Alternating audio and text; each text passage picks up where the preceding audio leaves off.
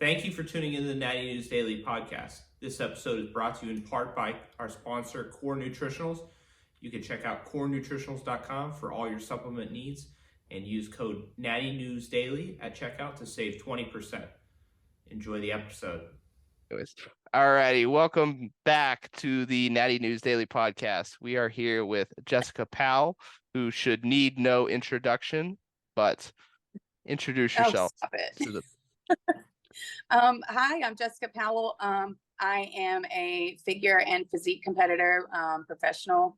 I compete natural, no drugs. And yeah, been doing that for, 6 or 7 years now. What year did you start competing? I did 7 years ago. Yeah, I did my first show in 2017. So Okay, I don't know how many years is that. Not even, what is that? 6 years ago? 6 years ago, yeah. Feels like a long time, wasn't actually a long time. That's actually similar times to when Dan and I both started competing.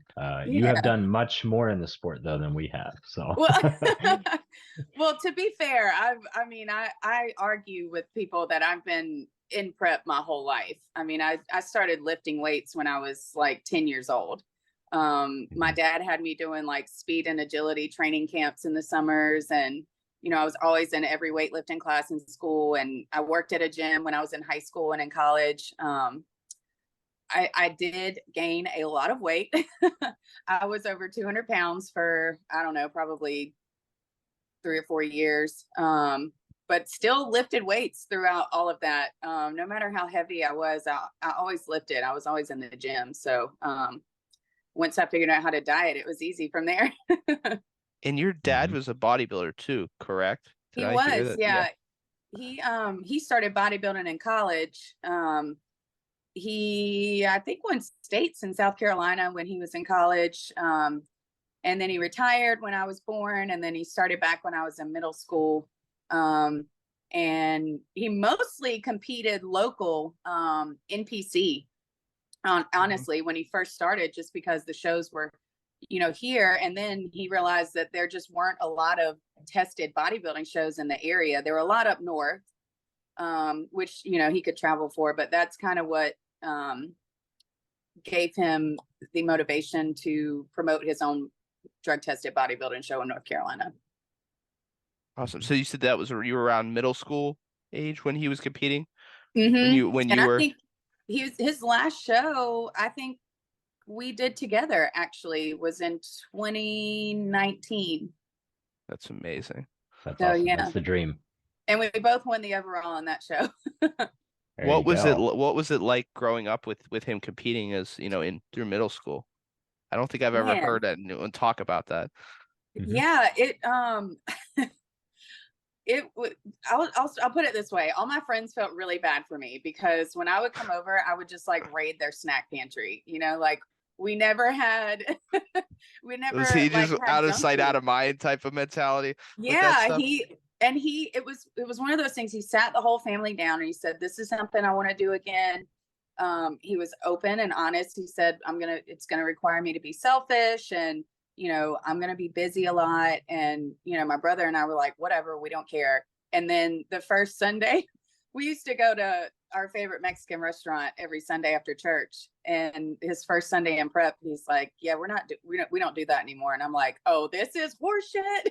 And I'm like, no, this is terrible. You can't do it.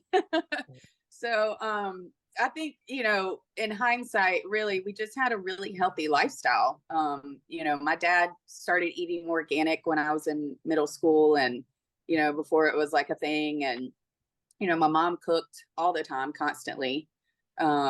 She's like the best stage mom ever. She does tan and pump up and, preps meals and all that stuff. So she was like, super mom and did it all. But really, I don't have a lot of complaints now. Of course, as a kid, it felt like the world was ending and I was being put through some sort of horrible torture, not having, Doritos and sodas. But really, I think in hindsight, I probably should be very grateful for that. So.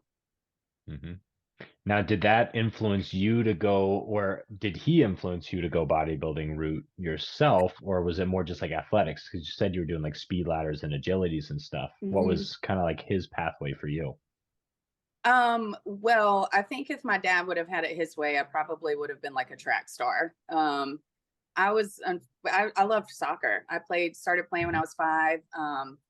Got slide tackled and broke my leg my senior year. So that kind of put all of my college plans on hold. As far as, the schools that I was looking at playing at, that changed a lot of things for me. So after that, I kind of like lost my competitive drive. My dad tried to get me into bodybuilding when I was in high school. And then after I broke my leg, he thought this is the perfect opportunity. And I didn't want to diet. I was already always so lean because I was already always running. I ran cross country, played soccer, lifted weights. I was already lean and I hated it. It made me feel like I wasn't feminine. And the boys at school would pick on me. And, so I had this whole complex about how I was supposed to look. And, I think that was like a big deterrent for me. It wasn't until I quit my bartending job in 2016. I just couldn't do it anymore. I've been doing it for 9 years. It was just too much. I quit my job and I had no college degree. Really, the only thing I knew how to do was work out. Sports science was my thing. I didn't finish college, but that was what I was majoring in. And so I decided to become a trainer, but I was like 185 pounds at the time. And I thought nobody's going to pay me to tell them how to eat and lift, if I look like this. So I thought, you know what, let's go for it. I'm going to sign up for a show. I know if I say I'm going to do it, then I'm not going to not do it. So I signed up for a show. I told everybody about it. And then that was my accountability, and lost like 70 pounds and won my pro card. And the rest is history. So. So did you use that to apply that? You said accountability and pressure yourself. You told everyone. And so did you think you might back out, or I'm curious? Oh, yeah. That. I'd been telling my dad for years I was going to do one. I just, I would diet for like 2 weeks, and then, my friends would invite me out to go drinking on the weekend, and I'd, they're like, oh, no, I don't want to do that anymore. I just wasn't really motivated. And I think, honestly, I just didn't believe that I could do that. I grew up seeing all these people on stage, like seeing the sacrifices that my dad made, and it just didn't seem like something that I thought I was going to be capable of doing, honestly. Well, that turned out pretty well for you, though. Well, it did. Given your history now. Did you do figure in your first show?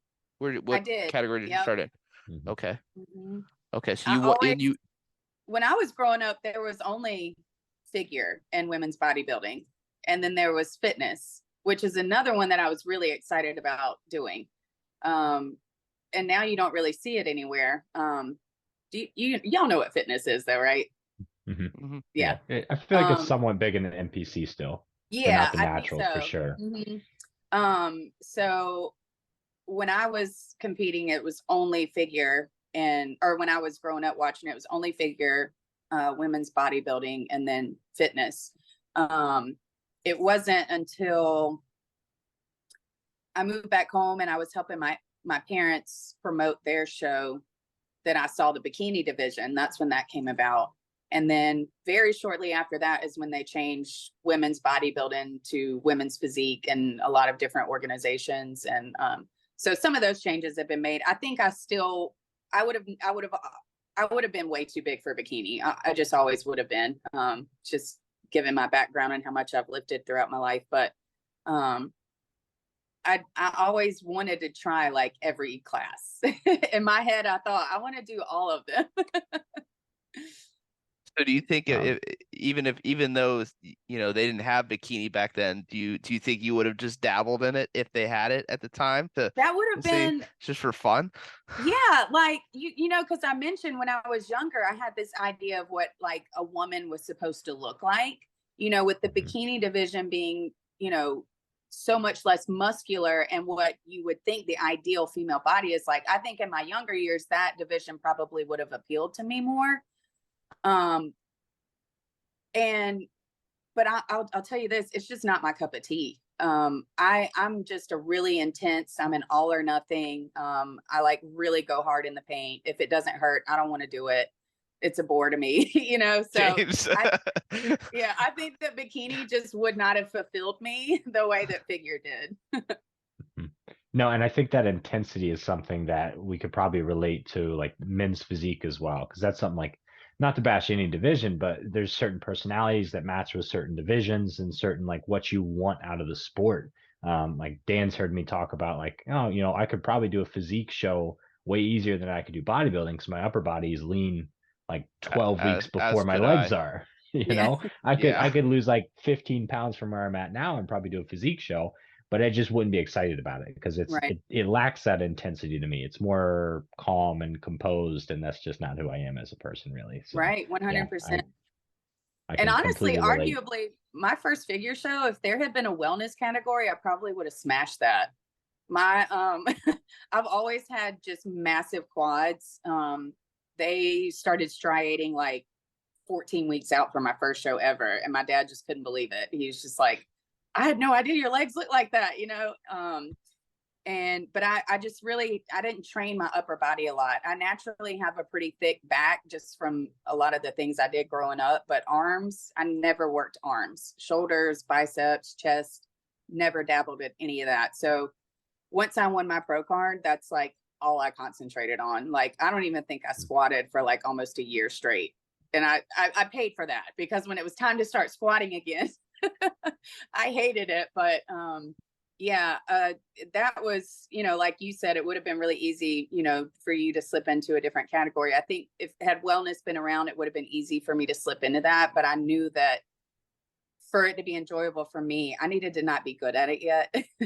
I needed to like make myself good at it, so I knew it was something I needed to work for. Do you feel like you would have been as satisfied with a win in wellness as you were with figure or physique? In my first show, yes.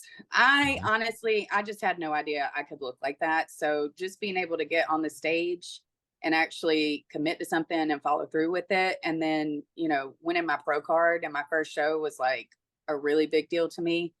Honestly, I thought that this was going to be a bucket list thing, that it would give me the motivation to lose the weight and then, I'd go about my business. But it like, I don't know, it ignited something in me, just not being on stage. I don't like, I'm starting to like being on stage, but the process is what I really enjoyed, watching my body change, learning my body. I'm a really big listener to myself. So, after my dad coached me through my first prep, I didn't need a coach after that. I was able to do everything on my own just because of how, much I listened to my body and paid attention to little details. So Yeah, So absolutely. you It competed 2017, won your pro card, and then where did you take it from there? Oh, I hit the ball running, man. Like the next year, I was like, so that was in August of 2017. By December, I was like, I'm ready to be in prep again. And my dad's like, we'll go for it. And so the very first pro show that I could find on a schedule was in Utica, New York, which is like 9 hours from where I live. And I signed up for it and I did a 10-week prep and I won the overall, and I couldn't believe it. There were 12 girls there, 12 pros, and some of them had been competing for years. But my mom drove me up there and, fed me and did my tan for me and drove us back. And after that, I signed up for every show that I could potentially make that year that was a drug tested show that had guaranteed payouts. So Were they all OCB shows then that you were competing in? no, I actually did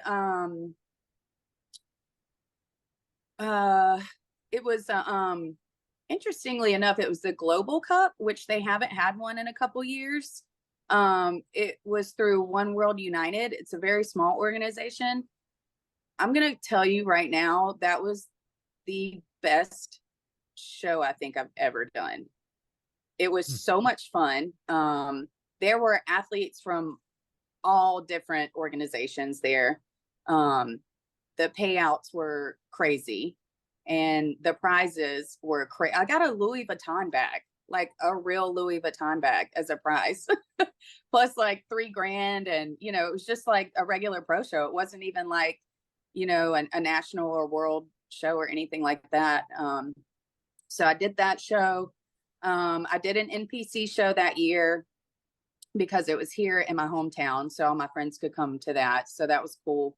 So I did 5 shows that year. 3 were OCB, 1 was NPC, and then 1 was the Global Cup.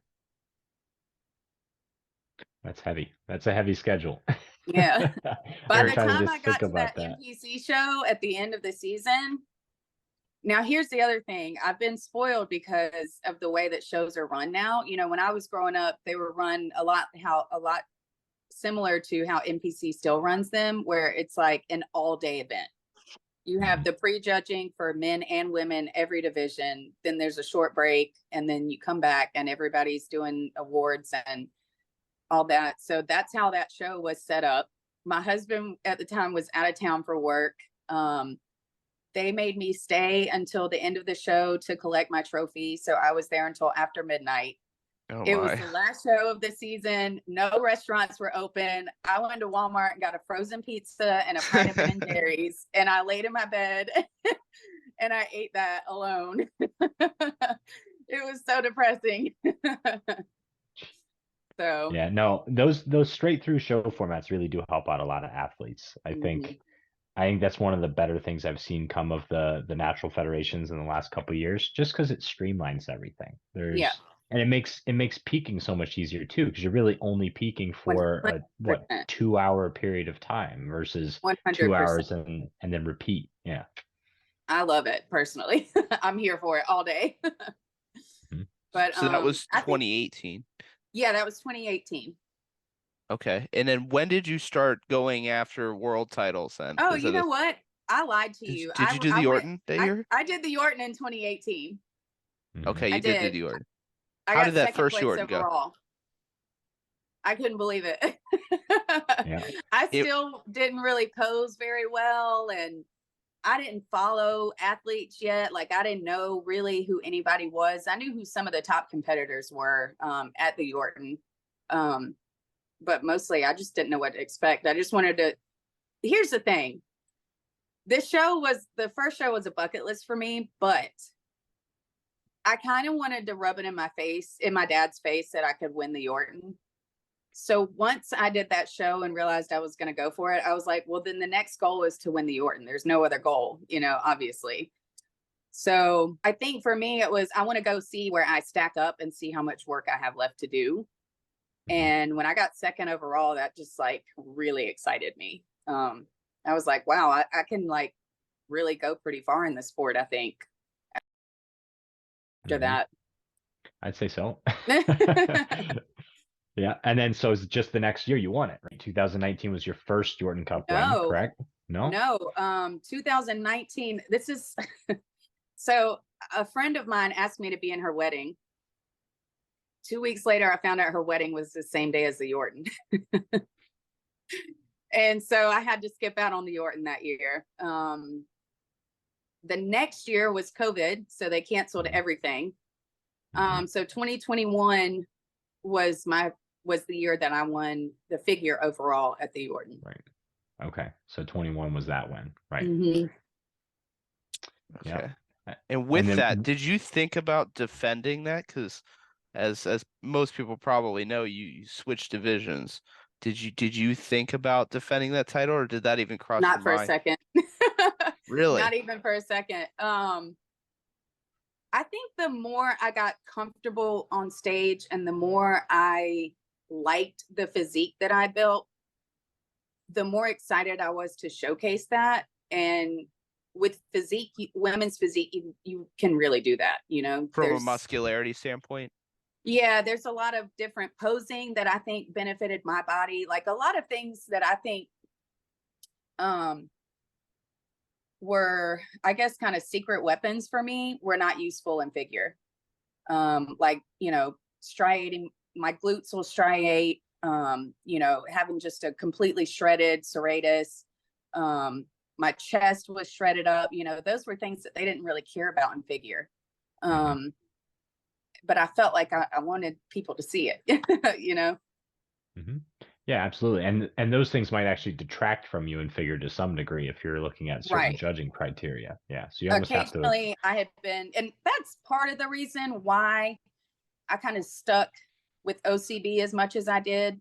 Um, some of the other organizations, they really liked the more classic, softer figure look. And I wanted to look like, you know, Sydney from at the Olympia, like I want to get as big and lean as I possibly can, but still have that figure frame. And, you know, everybody has their different criteria, and that's just the shape the physique that I wanted to bring to the table. So I typically would compete places that, looked for that type of physique. Mhm. Yeah, and I think that kind of gets to the point that I was making earlier about your like enjoyment with wellness versus figure versus physique. Everybody has in their mind what their ideal version of themselves looks like. And I feel like if you're just competing in a division because you think you should or because you think you'll do well in it, you almost have to just disregard that and chase the physique that you really want, right? Or Yeah, like the package that you really want to present or best suits you for that reason. right. Everybody's motivated by different things in bodybuilding. If your number one goal is to just win, then you probably do want to consider what your physique looks like and what category it's suited for. If your goal is to have the best physique in a certain category, then take your time and go for that, but there's definitely, I think that as a coach, that's what I get asked a lot is what division should I be in? And the first thing I ask is, which one do you want to be in? Like, what do you want your body to look like? Because you're going to be spending a lot of time molding it into something. If you have a preference, tell me now, and that's what we're going to go for. If you just want to get on stage and look cute in a suit and win, then I'll stick you where I think you should be, but I think there are a million different ways to go about bodybuilding. That's kind of what's so beautiful about it. Mm-hmm. Yeah, and there's so much variation within classes too, right? Like if we're looking true bodybuilding, one bodybuilder does not look like the next, and both could win at different shows in different organizations. Absolutely, absolutely, and you see it a lot, especially Yeah, especially in men's bodybuilding. Like watching the men battle it out last year was like so much fun. Just in all of the world shows across different organizations, that was pretty cool to watch. Yeah. I mean, there's the lightweight guys that just get absolutely shredded, and then there's like the mass monsters. Like I just think of Levi, like dude's I just know. huge with He's slabs one of of my meat favorites, everywhere. man. Yeah, dude, I love watching him compete on stage, and he's just so humble and like down to earth. He's cool to talk to, and yeah, I like Levi. I was rooting for him a lot last year. Yeah, he's a good guy. Defended didn't defend. Won 2-time Yorton Cup, 2 different divisions. Dan, I feel like the next question is what's next? What's on the agenda for this year? Well, I got married last year. I'm actually trying to get pregnant right now. So no shows this year. But I am still actively lifting very heavy, very often, very intentional. I'm definitely not done competing. If one thing that I have learned over the years is that age isn't necessarily a setback in bodybuilding. If you start lifting early and you never stop, you are at a massive advantage over any 25-year-old who just started lifting 4 years ago. So I know that as long as I can maintain the size that I have, I may be able to put some on, we'll see. Then I can still compete, later on down the road. So that's definitely the goal. And I'm really excited. I'd love to judge some big shows. I'd love to just be part of that this year. But yeah, and well, I if will anyone's say listening to this, another reason that I didn't want to go back to figure is because no one in Yorton history has ever won in 2 different categories. So I wanted to be the first one to do that. And I was scared if I took a year or 2 off, somebody else would do it. So that was another reason I just went straight for physique. there you go. valid And do enough you reason, think, I right? assume you'll likely stick with Physique when you do make the return? Dude, that bug bit me, man. It was so fun doing the physique poses. We got to do a pose down at the Yorton. Like, I've never done a pose down, and I've always wanted to do one. You know, like, I grew up watching pose downs, and that was like the best part of the show. And so when the judges were like, all right, let's do a pose down, I almost cried. I was so excited. I immediately rushed to the front of the stage and just posed my ass off. It was like the best day of my life. Yeah. That's awesome. That's on my personal bucket list for sure. A pose down. Yeah, got to make It's it to one of the exhilarating. overalls. Drugs It is just don't do the same thing, man. I'm gonna be chasing that high for the rest of my life. Love it. Awesome. So I appreciate your time and taking us through your journey and your competitive history and some personal stuff. If people want to find you, where can they find you? This is still so embarrassing because I made this Instagram handle when I was like, I was actually going to ask you if there was a meaning to that. well, a lot of people think it has to do with Game of Thrones. I had not heard of Game of Thrones when I made this up. I'm just kind of like a weird kid. I've like always had this thing about dragons. I think dragons are cool. And apparently at the time, Dragon Slayer was already taken. So Dragon Queen it was. And 11 was my soccer number in college, in high school. So Dragon Queen 11 is my Instagram handle. That's where you can find me. 11 was There we my go. number growing up too. Oh, was it? Mm-hmm. Were you awesome? Was I awesome? So Yeah. am I qualified to answer that? Yeah. We'll answer for you. Yes, you were, Dan. Yeah. I think anybody who rocked number 11 was awesome. I can agree with that. Awesome. And then I think you had a few things that you wanted to plug as well. Or maybe I suggested you plug before we started. Maybe I'll just add that onto my other Instagram. And if people if people are interested, it'll be there. Cool. All right. Well, they can see what we're referencing when you reshare this on Dragon Queen 11 on Instagram, right? Okay, good. Yeah. There we go. Cool. All right. If you enjoyed the episode, give us a like, comment Of course. with anything you got, and we'll see you in the next one. Yeah, and thank you guys so much for this platform. This is like really cool what y'all are doing. Bringing all the Natty athletes together in one big conglomeration is like really cool. I really appreciate what you guys do, and thank y'all for taking an interest in me as an athlete. And I appreciate y'all having me on here. Yeah, absolutely. It's been an honor to have you. Thank you.